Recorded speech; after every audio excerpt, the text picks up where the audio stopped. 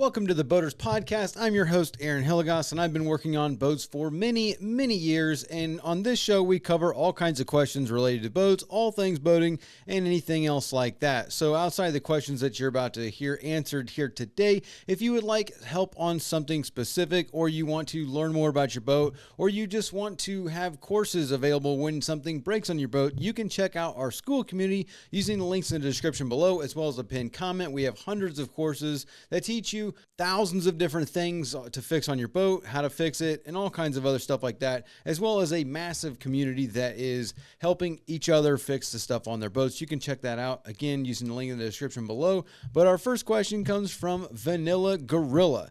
He wants to know, where can I buy a center console used for a good deal? Well, Vanilla Gorilla, in the short, Facebook. Like, that's pretty much it. Like, the best place is Facebook Marketplace. That's where I pretty much buy most of my deals.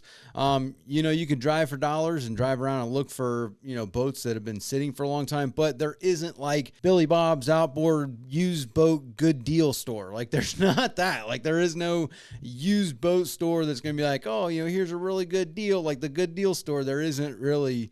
That isn't it. So in order to find a good deal, one, if you're looking for a budget boat, or are you looking for a top dollar boat, like what exactly are you looking for? The only way to get a good deal is being prepared. So first thing you need to do is set yourself a budget, figure out how much money you're willing to spend and what exactly you're looking for. Once you figure those two things out, like, are you looking for a budget boat, or are you looking for a project boat, or are you looking for a turnkey boat? Like, what are you looking for? That's the key. And then how much money you got? You got $3,000, you got $4,000, you got $10,000, you got $20,000. Like, how much do you have? And also, what kind of work can you do? Can you fix the boat if there's something wrong with it? Are you looking for turnkey? Like, those kinds of things. Once you figure that stuff out, the key to finding a good deal is just putting in the work. You have to look every single day. So if you want to get a good deal on a boat, all you need to do is those few things: money, what you want, what you're looking for.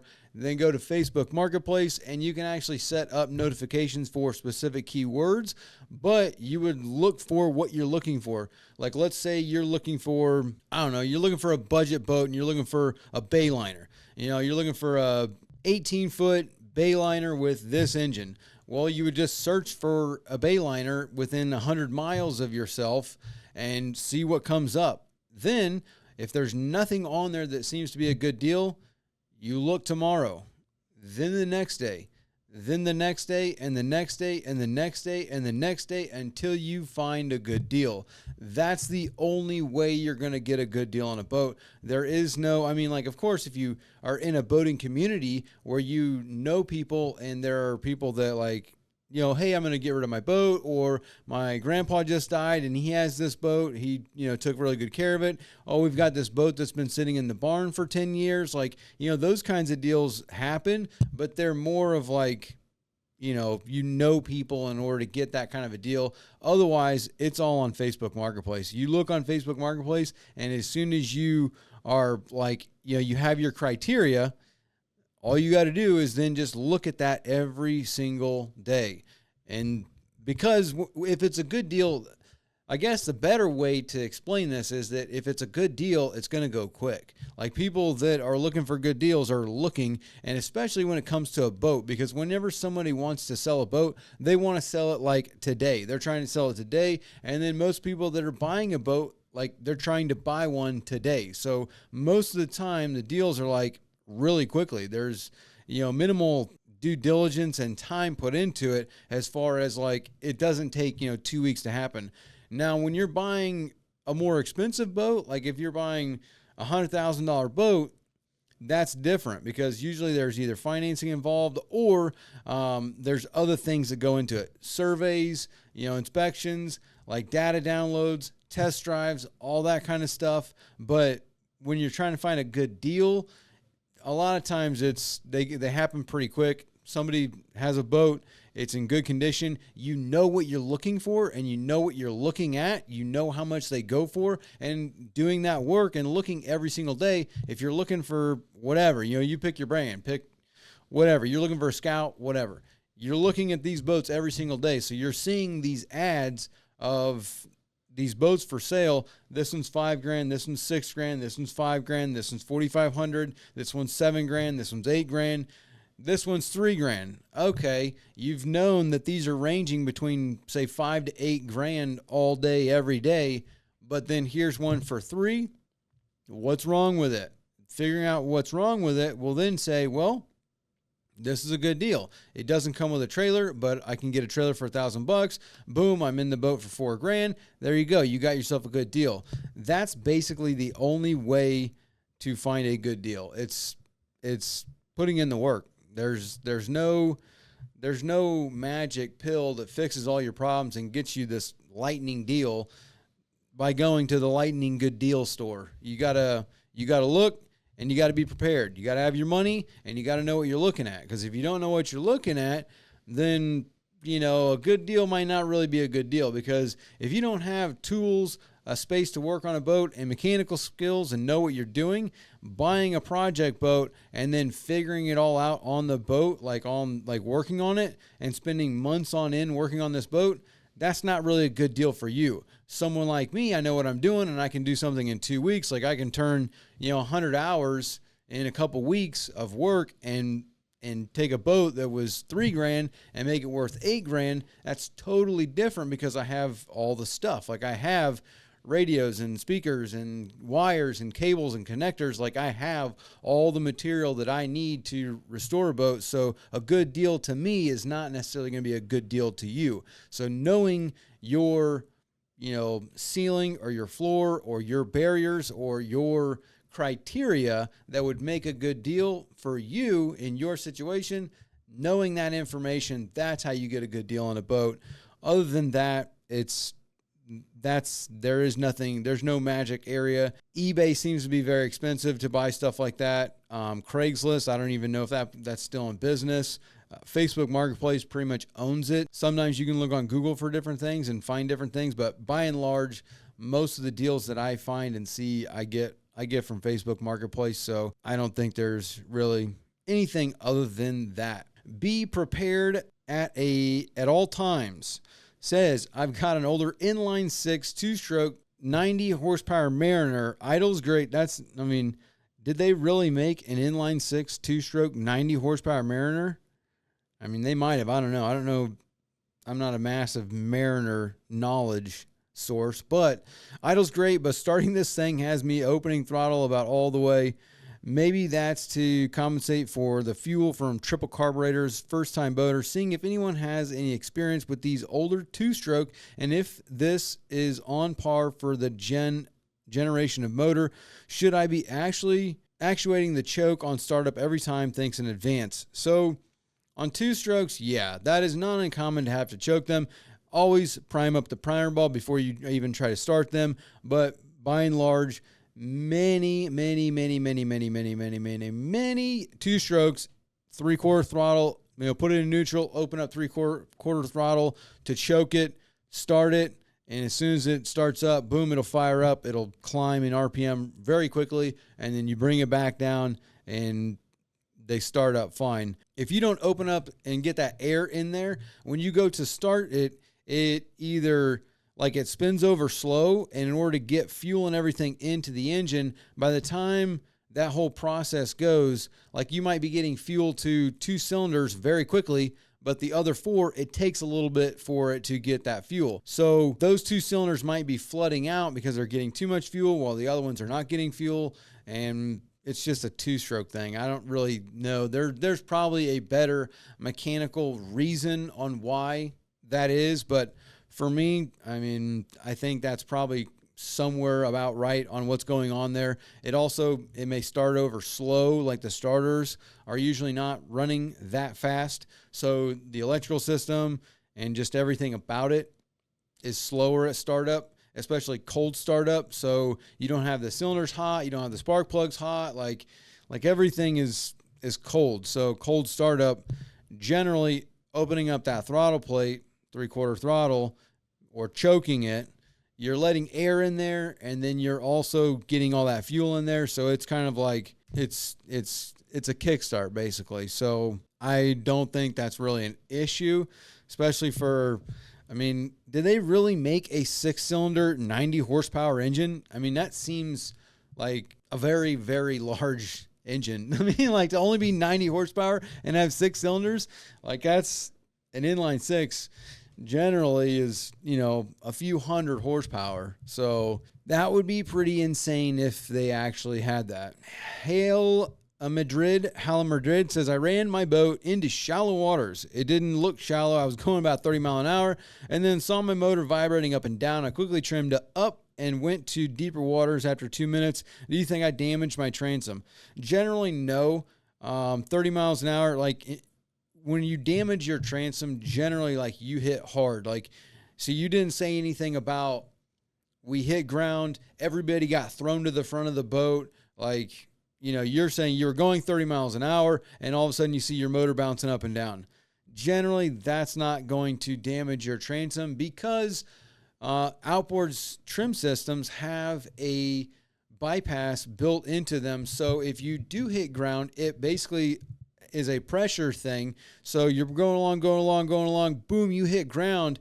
That bypass, the pressure builds in that trim unit and it just bypasses the fluid, which allows the engine to go up, relieving that pressure. So then your engine's kind of bouncing on the ground like that.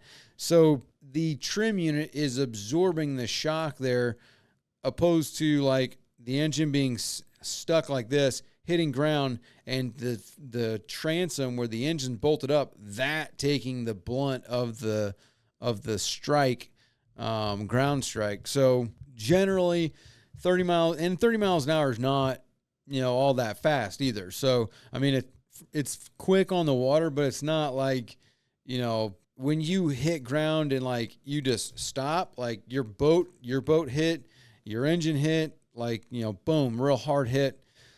At 60 mile an hour, different situation because that's enough speed where the trim unit can't really absorb it that quick. It's kind of boom, the transom's going to take some damage.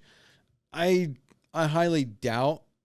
Now, at the same token, what are we talking about here? How old's your boat? What kind of engine do you have? There's other variables there that could be change the whole situation. I mean, if you've got a 30-year-old boat and you just hit ground with a 30-year-old boat that had a weak transom, okay, well, the trim unit's not going to absorb all of the impact.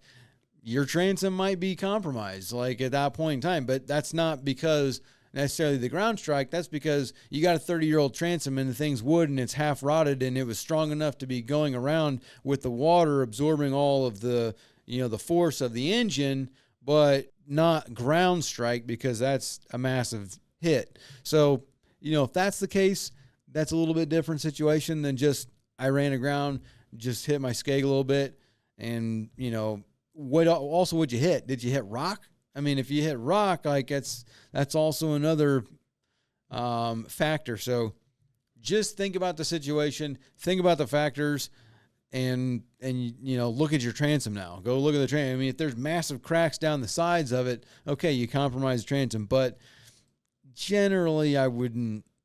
You're in 80% of scenarios, you're probably gonna be fine, transom wise. Timothy Valvo says thoughts on scout boats looking at a 14 to 16 footish for sport fish. Scouts are a really good brand. I mean, they hold their value. They're well built. They're quality. They're expensive. So I don't think you could go wrong with the Scout. How old are you looking at? Because depending on how old the boat is, I mean, you might be looking at stuff like what's the floor situation like? What's the fuel tank situation like? What's the wiring situation like? There's always kinds of those factors. But as Scout as a brand, Scout is a very, very top tier brand boat. So, I mean, I don't know. There's not much else I could say on that. Alan Speyer says, nope, don't start comparing F-150 to Outboards. The new F-150 don't have the same engine they did 20 years ago. The new F-150 are not near as reliable as the old F-150. So, Alan, yeah, we're not talking about trucks, bro. F-150s are it's a model. So, an F-150, you're thinking about a truck, but F is a designation. So F is just Yamaha stuff. So every brand usually has something like, well, mainly Suzuki, Honda, and Yamaha. All the, Japanese models use F as a designation for their engines. So for Yamaha, on their 4-stroke engines, they make it an F. So if it's a 90 horsepower, it's an F90. If it's 150 horsepower, it's an F150. If it's a 250 horsepower, it's an F250. If it's a, 350, F350. Generally, any of the 4 strokes for Yamaha, that's their model designation. And then after that comes some more letters depending on what you have, like, the transom or the drive shaft link, stuff like that. So if it's a F150 XA, you have the controls are digital or analog, like there's different things there that play into fact. But yeah, an F-150 is an outboard. It's a model. Same thing for like Hondas. Hondas use the BF.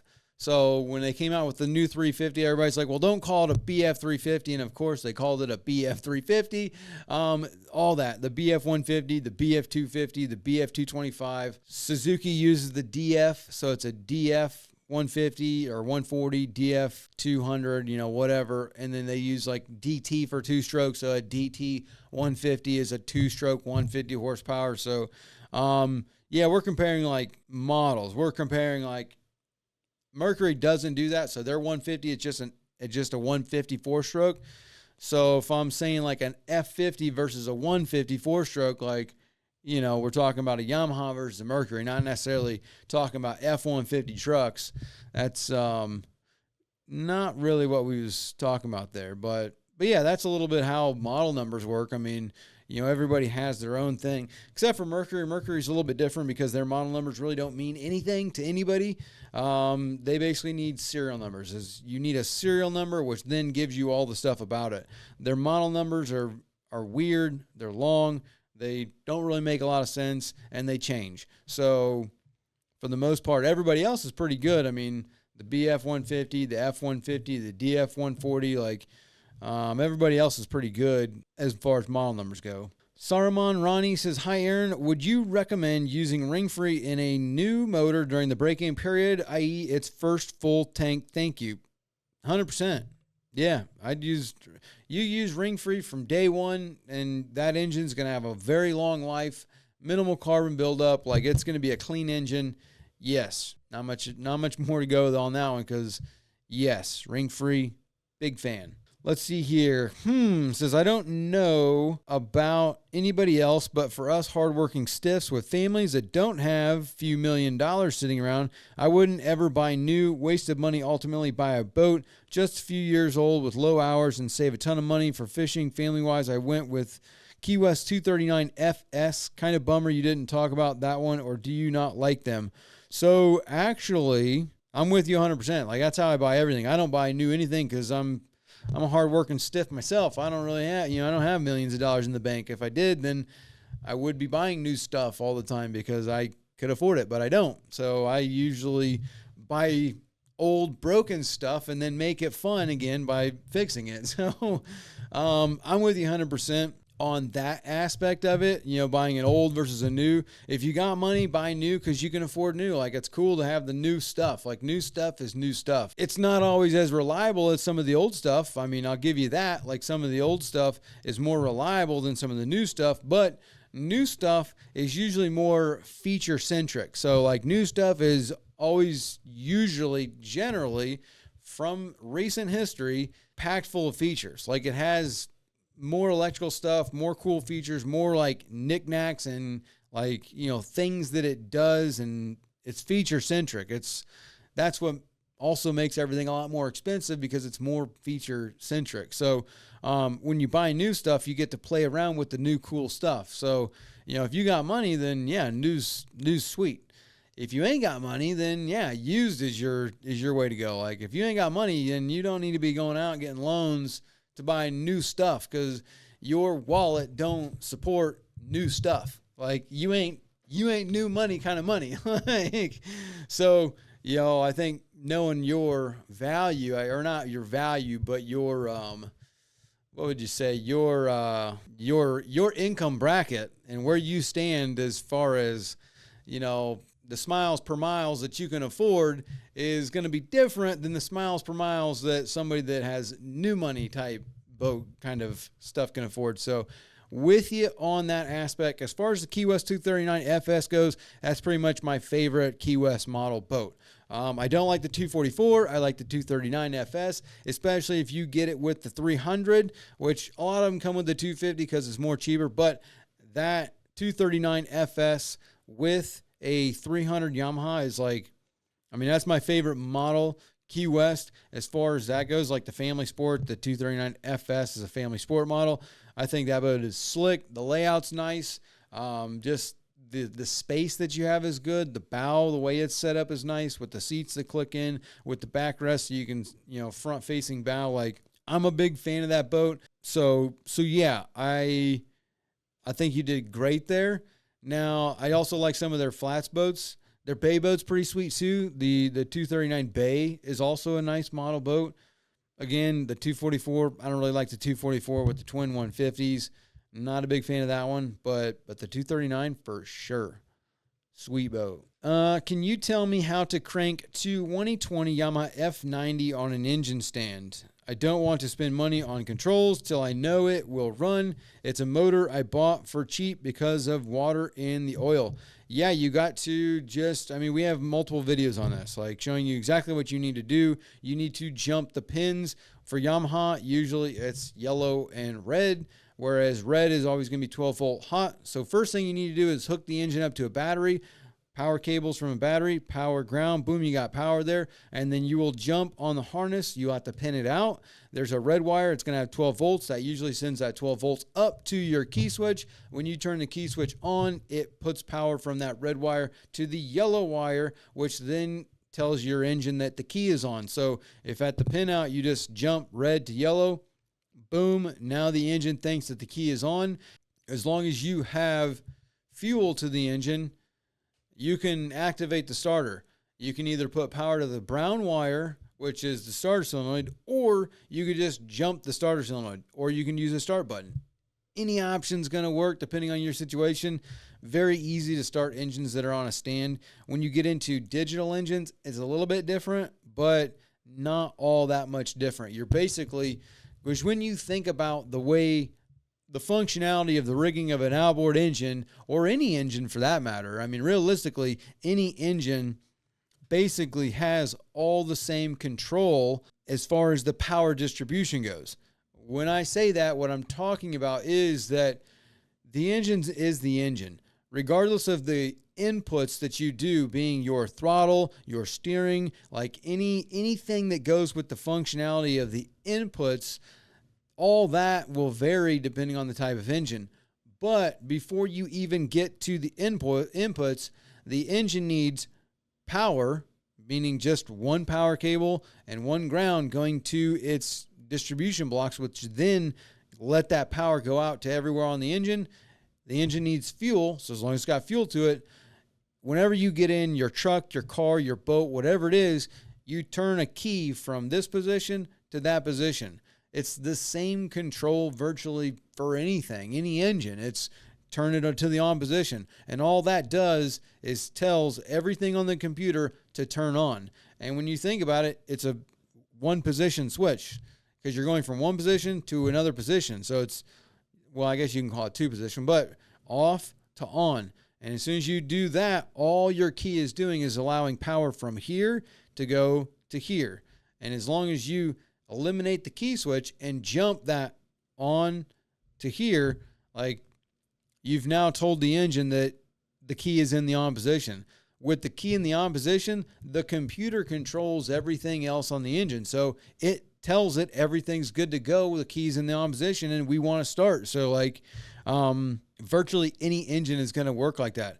And then all you have to do, because it's in the on position, that means fuel pumps, relays, main power, everything is on. You've got fuel pressure, everything is on. And if you jump the starter, then you're going to engage that starter, which is going to turn that flywheel. As soon as the flywheel starts turning, that signals the computer to do everything else, So to fire the injectors, to fire the spark plugs, to fire, everything else that it wants to do, control the throttle body, everything.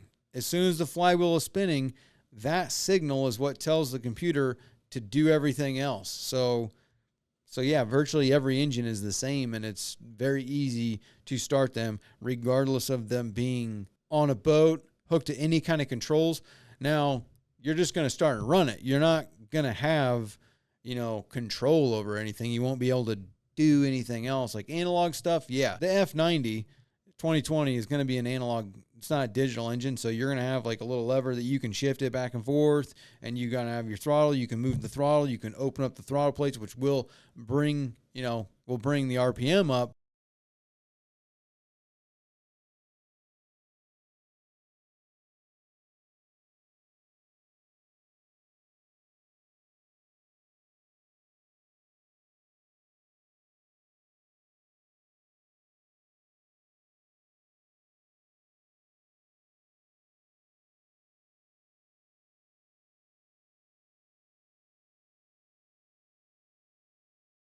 Without a $200,000 boat too. And then Slank says, yes, even in good condition, it's a $5,000 to $8,000 boat, which is what I was shooting for. That's generally what I shoot for in a lot of these boats, is if I can get them for $1,000 to $3,000, depending on how much I put in them. As long as they're worth $5,000 to $8,000 after that, then I'm generally happy with that, because it's the cap of the boat. Leon Marine also says, until it breaks down on you in the water, then those memories start to fade away real quick. So, yeah, I mean, honestly, going back to what we were talking about earlier, a good deal for me is not really a good deal for you, or a deal for someone might not be a deal for someone else. So for me, in my situation, yeah, this boat generally, the hull was my biggest problem, because you can't fix that hull. So the hull is going to never, ever, it's always going to be a massive issue when it comes to selling the boat, because the hull has been painted. And whenever people buy things, they buy what they see. They don't buy, generally. All right, so we're going to generalize this a little bit more, because in general, people buy what they see, not necessarily what something is. So if something looks all scratched up, that triggers in someone's mind, oh, this thing is junk because it was beat up. Whereas if something is shiny and pretty, it looks like, oh, this was taken care of, and then therefore it's good. Even though it might be all clapped out, it was just protected. So everything in the boat, for me, I was able to fix everything, get everything going, and that's kind of what I do. I mean, that's generally what I like to do. So for me, it was the fact that it was had the V8. Like, that was the big thing.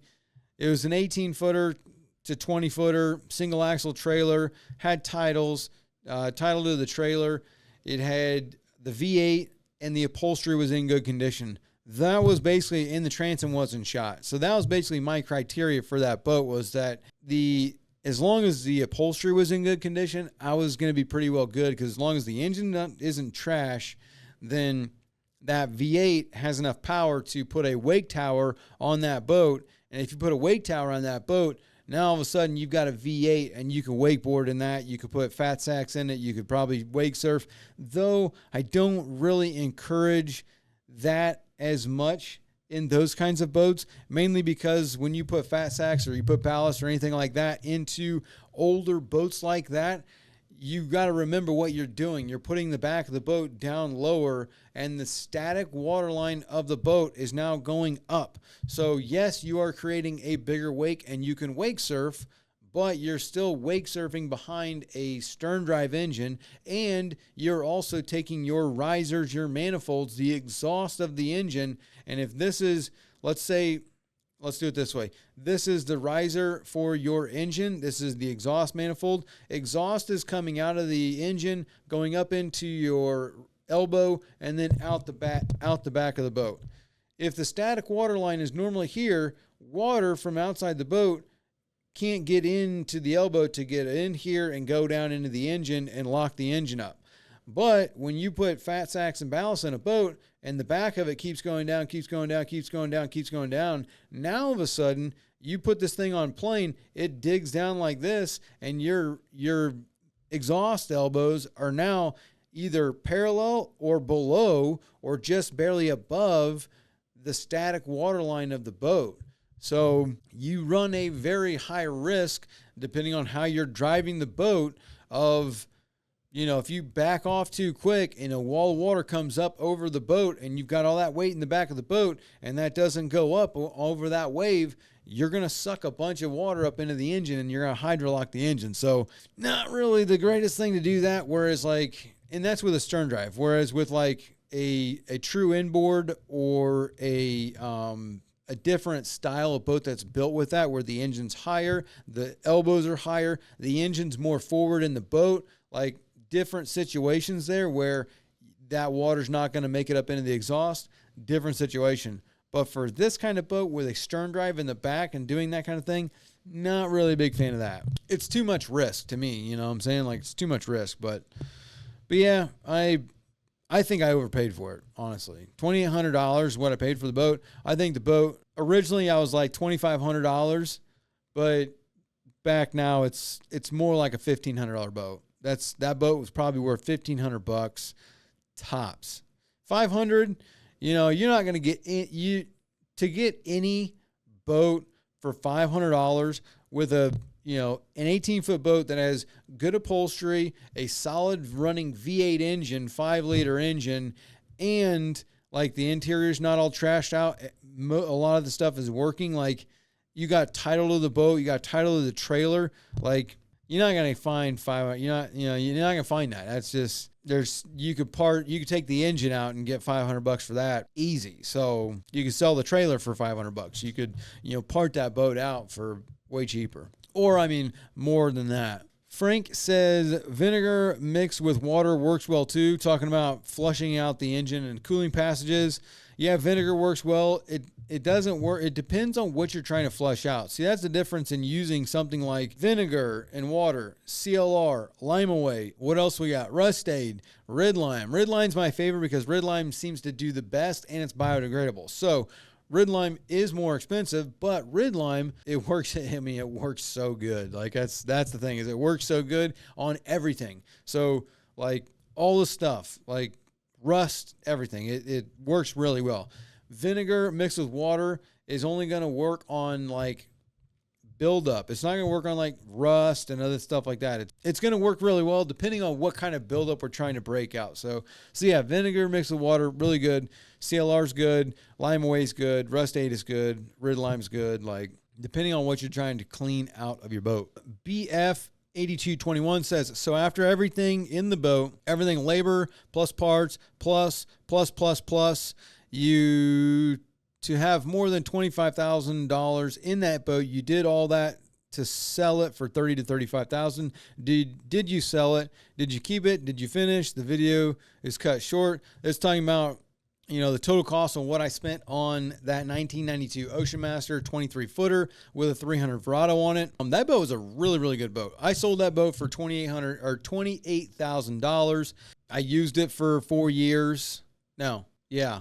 I used it for 4 years. I love that boat. That was a great boat. So I guess the big difference in what you got to remember when I do boats is that I generally like to use them, and also I have a lot of stuff. I don't know how many boats I've done now. So I generally have a lot of parts and a lot of inventory of stuff built up. So when I do boats, it doesn't really cost me as much as if someone else was to do it. When I do cost videos, what I do is I write it out as if you were going to go out and buy all this stuff. So that way I can link everything to the stuff. So that way anybody at any point wants to do any one of the projects that we do on a boat, they can go to that sheet. Boom, here's what I used. Here's how much it cost. And that's what it is. So it's that is more for everyone else. What I actually spend on the boat is usually different because depending on what I have, what I use, what I do, what I don't do, there's all that. And then also I set them up the way I want them. So a lot of everybody wants to, like, if you go pay someone to do something, they're going to do what you want them to do. So, like, you go pay somebody to do something, they're going to do this task. They're not going to tear something apart and be like, oh, well, while we're in here, let's do this, which is what I do. I set everything up. It's like, I'm taking everything apart and I'm going to put it all back together the way I want to do it and have things set up the way I would want it to be set up. So that way, all this stuff is fixed. I don't want to have to deal with any of this stuff again. So it's kind of like, going a little bit above and beyond that doesn't necessarily need to be done. But while I'm in there, I might as well do it. And for me, I'm making content on it. So it's like, it works out well for me to do it that way. So, that one, I sold that boat for $28,000. I have no idea what I had in it. I can't remember. I used it for 4 years. It was a great boat. I mean, the guy loves the boat still today. It's actually been living in the water for 2025, 2022. So for 3 years, that thing's been living in the water. Gary Coleman says the motor runs great, starts great, sometimes just running across the lake. It'll just shut off and it'll take about 30 minutes to restart. But when I started it, it runs good and does the same problem again. Sometimes it will run for 2 hours. Sometimes it will only run for 15 minutes before shutting off. What do you think? Talking about a Mercury Optimax, it could be anything. Fuel or air, that's what I think. I think you got fuel or air problem. I don't think anything else. Generally, if it's running great, you're not going to have a spark problem, which means your ignition coils are good. Your injector drivers are good. Well, they're not injector drivers. They are coil drivers, which drive your ignition coils. But those, usually it is a fuel, whether that be a sticky injector, a semi-clogged injector, a bad tracker valve, a issue with the fuel pump. Like, it could be anything. You could have debris in your VST that makes, as long as the debris is floating around over here, the fuel pump can suck up fuel and you got good fuel pressure and everything's good to go for 2 hours. But then the stuff that's all over here gets sucked up to the fuel pump. Now all of a sudden you got a problem. Like, it could be as simple as that. But Optimaxes are finicky.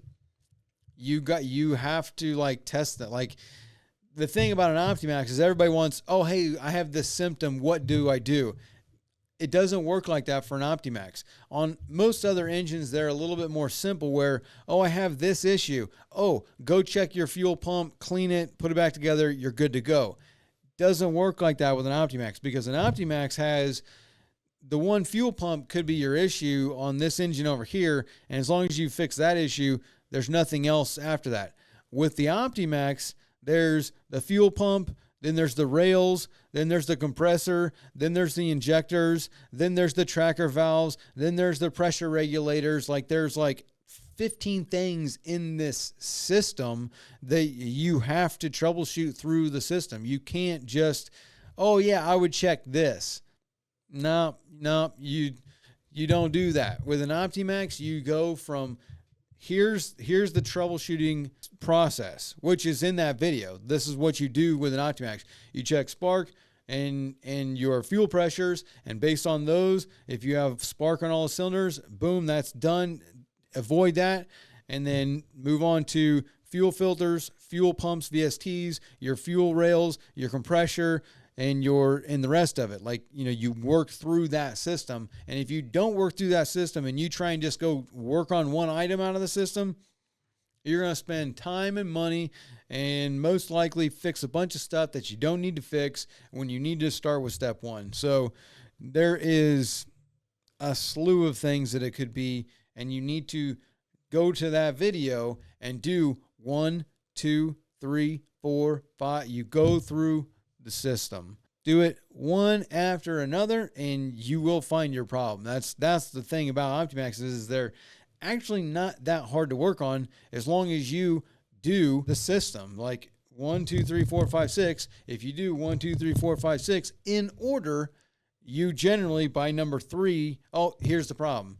Or number 6, oh, here's the problem. Number 8, oh, here's the problem. Sometimes the problem's number 1. Sometimes the problem's number 10. You just but you can't do number 10, not do number 1 through 10.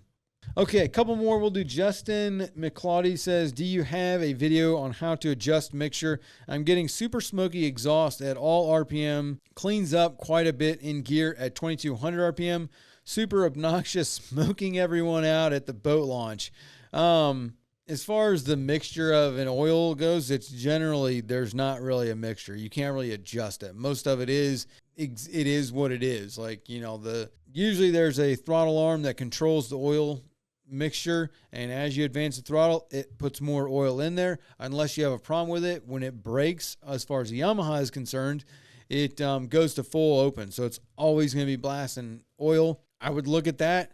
There is no adjustment as far as, like, you know, generally there's minimal adjustments that can be done because all of that has been set. Like, it's set, you know. You don't want to go messing with your oil mixture screw, or it's not screws, but linkages on any Yamaha, really.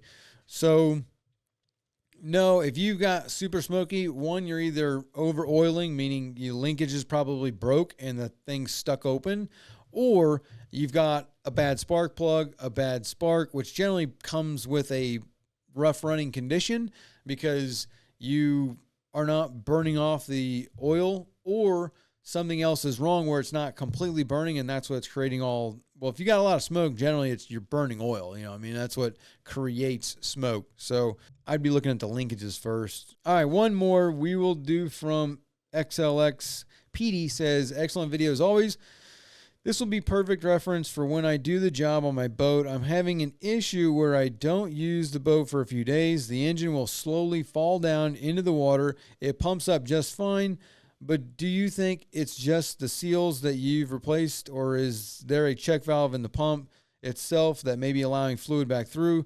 Saw your comment last night as I was having the same issue with my motor slowly lowering. I just found the cause of my issue and thought it would share with you.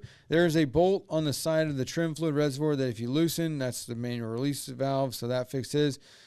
Great to know. Thank you for sharing. I'll give that a try. So there's generally two reasons why a trim unit will leak down. One, that manual release screw on the side of the unit, if you turn that out, it will manual release and it'll trim down. So if there's something wrong with that, then yeah, tightening that, but that is generally not it. You know, I mean, once that screw gets tightened in, like, it's tight, like, it doesn't usually back out. Usually you have trouble backing it out and using it when you want to use it. So 9 times out of 10, that's not going to be the issue. The other percentage of the time is there are check valves in the trim unit, and on the downside, those check valves are not seating all the way, and it is leaking down. So just like we started talking about earlier, where if you hit something, there's those release valves that relieves the pressure and boom, allows the engine to go up. Those same check valves, if they're not seating properly, it'll allow that engine to slowly leak down. Sometimes you can take compressed air, take the fill port cap off and put that there and give it a short blast of compressed air. You have to be careful doing this because now you're pressurizing it. When you take that off, it's going to blast fluid back at you. So, you know, be careful with that and put a rag over it. But usually that blast of air can dislodge or relodge your check valves that are in there that will stop it from doing that. But then at the same time, a lot of those valves are pressure regulated with a spring, and the springs they fail over time. And so over time, they lose their springiness, and therefore that ball valve is not seating properly. So over time, it's just leaking down, and there's not really a fix for it. You know, you can rebuild the units, but if it's an older engine, you know, you can try and rebuild it or just replace it, one or the other. But that's generally what's going on there with an engine that trims down or just falls down without doing anything and just leaving it for a couple days. Hey there, sorry to take you away from the video, but real quick, did you know that on average a boat owner will spend between $1,000 and $5,000 a year just on servicing their engine? And you could actually pocket and save a lot of that money if you would just do the service yourself. It might seem like a daunting task, but I guarantee you virtually everyone can do it with our guidance and the Boaters program. This is just one skill that you could learn inside the program because we have hundreds of other videos teaching you all kinds of boating skills, as well as a weekly live stream where we have questions and answers with me, as well as a chat feature where you can send videos and pictures, ask all kinds of questions, or look for some advice or some guidance on a project that you're doing on your boat. You can join the program by hitting the first link in the description, clicking join, or visiting bornagainboating.com. Now back to the video.